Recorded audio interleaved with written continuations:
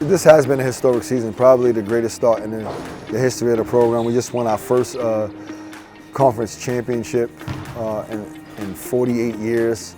I laugh because there's a banner standing right there from 1978. They won that championship in, I think, March, and I was born in July of 1978. So, you know, we can hang a new banner in there, so I ain't got to look at that one. But it's just the greatest accomplishment. You know, winning 30 games in a season is an unbelievable benchmark that very few programs could achieve. Some coaches never reach 30 wins in a season in their career. So for me to be able to do that with this group of young men, with this group, with this team, with this institution, speaks volumes of the support that we had from administration and from the campus community. So, you know, all the credit goes to the players. I got a dynamic coaching staff as well that really makes things a lot easier for me. And allows me to concentrate on certain areas of the game that help us put the game plan in to be successful.